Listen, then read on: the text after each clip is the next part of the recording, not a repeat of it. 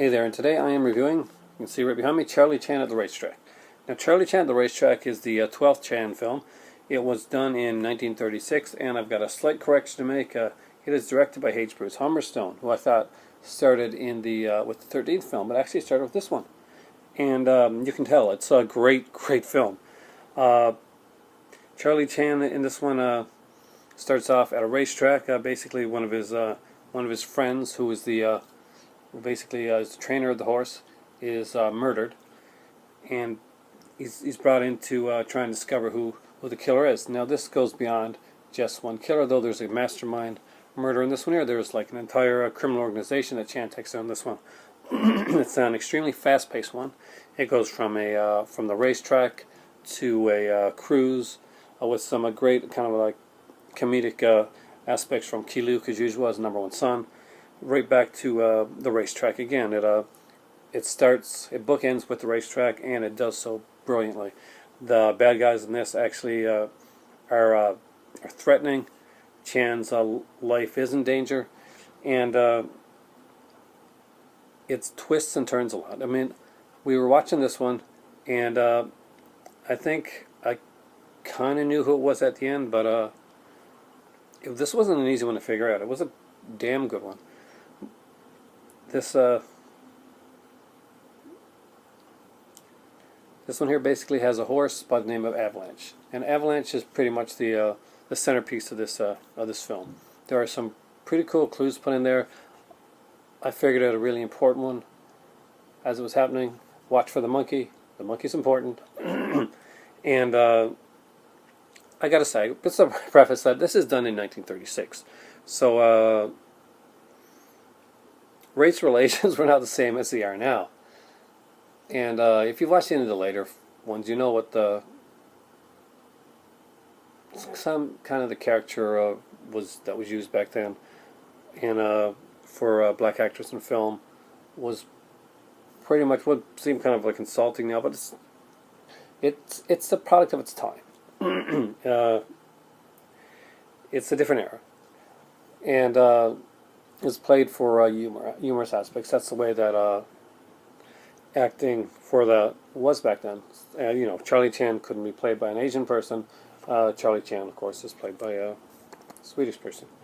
Warner Roland does a great job. This is a very fast-paced one. This one clocks in at only 70 minutes, and I got to say, it went by so fast.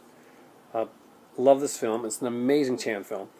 If you get a chance to watch this one out, this one doesn't have any of the... Well, it's got some cool character actors, but it doesn't have any of the horror character actors like J. Carrol Naish or Boris Karloff, like in the other two that I mentioned. But you're not going to miss it, because this thing just doesn't stop. The villains in this piece, and there are villains. Of course, there's a mysterious head of the organization type thing that you find out at the end of the film, in the perfect drawing room mystery aspect. But there's it's a whole gangster. Chan gets kidnapped in this one here. He has to find a way to get out. There's just really cool stuff. Doesn't stop. Great film. One of the highlights of this set. Still, my favorite is still The Circus. Just something about that one I really loved. But this is a great film, and I would put this on par with the opera one, with Karloff. This was in a different way. Karloff's one is more of a... Well, they're mystery ones, but this one just has a little bit more action than the last two that we watched. And where would you rate this one? Let's ask her. This is your third favorite? Yeah. See, this is her third favorite. This is like, for me, it's like The Circus is number one, and the opera in this one is like tied for two. For me, Karloff is the best. She likes Karloff the best, so she liked the opera best. But again, this is volume what? Volume 3, I think.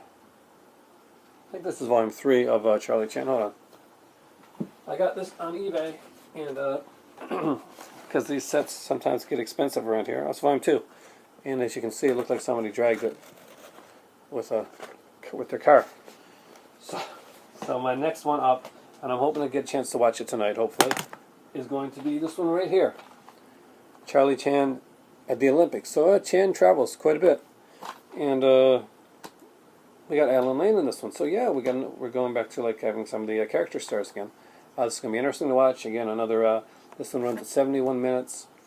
I think this is this may be the 14th Charlie Chan film, directed by H. Bruce Hummerstone again, so it's going to be really fun to see how this one plays out. And then after this one, guys, we're going on to the Toyer ones, because unfortunately I only have 4 of the films with Warren